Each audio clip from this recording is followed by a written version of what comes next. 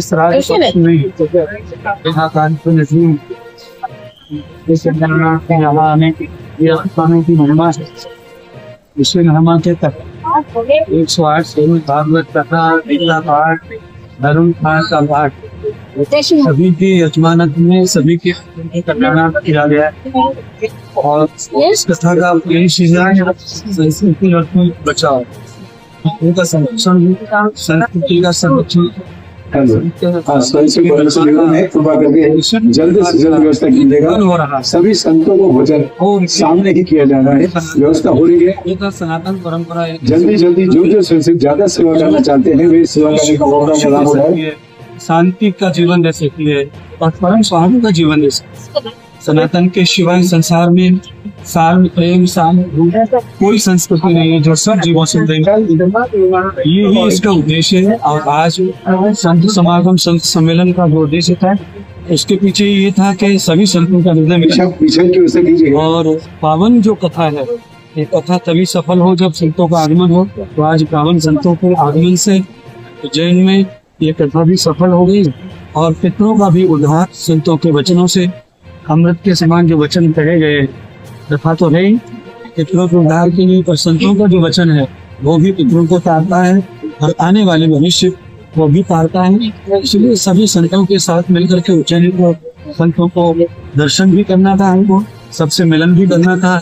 तो ये सौभाग्य मुझे मिला कि सबका दर्शन भी हो गया और सबका यहाँ आत्मी साक्षात।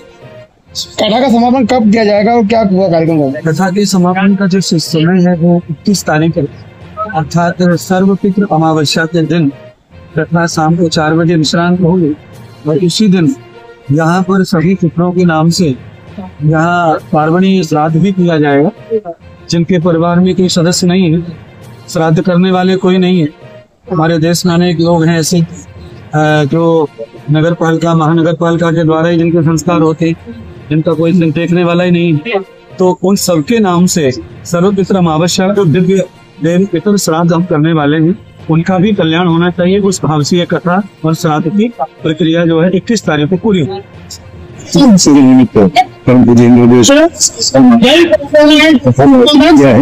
जो कि इसके पूरे इसमें सभी भक्तों अपने का उद्धार करने पाठ करवाया और सभी भक्तों ने मोक्ष प्राप्त सभी सफल बनाने की बहुत सही सभी भक्तों का सुखमय जीवन चाहिए। आप नहीं इनको किस प्रकार जानना चाहिए इस बारे में सबसे ज्यादा बताते हैं और ज्यादा से ज्यादा सभी संस्कार करने के लिए छोटे छोटे बच्चों के संस्कार देने के लिए आप तक निर्माण किया है। साथ ही संस्कृति भजन भंडारे का कार्य चलता है। कोरोना काल से निरंतर सभी भक्तों की सेवा करते हैं। जलगांव आश्रम में भी बनाया है, साउथ में श्री राधा किशोर सेवा आश्रम बनाया, ऐसे अनेक प्रकार के निर्माण चालू हुआ तो समझते थे। हाँ अभी वो तो इसके बारे में निश्चय और जल्द ही वो भी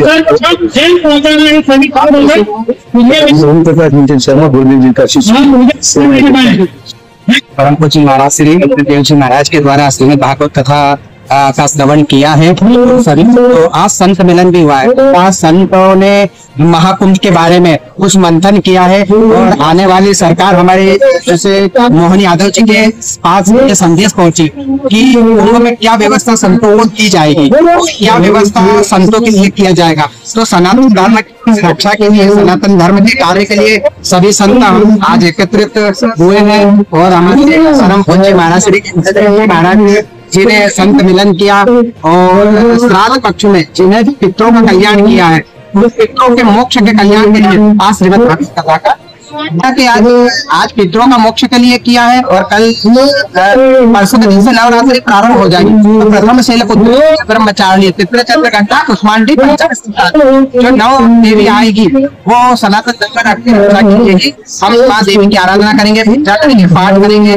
ताकि सत्य सनातन धर्म की रक्षा होती है। महाकाल की धर्म धरा पर लगातार धार्मिक आयोजन हो रहे हैं और आज ये जो आयोजन है अद्भुत आयोजन इस नाते भी है कि श्रीमद् भागवत कथा के महापरायण के अवसर पर हमारे गुरुवर श्री इंद्रदेव जी महाराज के द्वारा आज व्यासपीठ से ये निवेदन किया गया कि शहर के सभी संतों का दर्शन होना चाहिए, उनका समागम होना चाहिए और उनका सम्मान होना चाहिए। तो आज हमने यहाँ पर उन सब संतों की उपस्थिति में इस संत समागम किया और इसी के साथ उज्जैन की धर्मधरा के लिए एक संतों की बड़ी बैठक भी हो गई जिसमें निर्धारण किया गया कि शहर में आगामी सेहत को लेकर जो जो योजनाएं हो सकती है वो सब संत मिलकर उन योजनाओं का प्लान करेंगे, उन योजनाओं को लिपिबद्ध कर राज्य शासन को भेजेंगे और उनका क्रियान्वयन कराएंगे।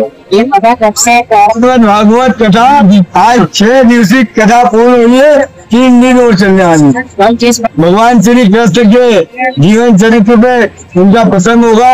आज उनके जन्म का उत्सव व्यासपीठ हो गया है। यही कार्यक्रम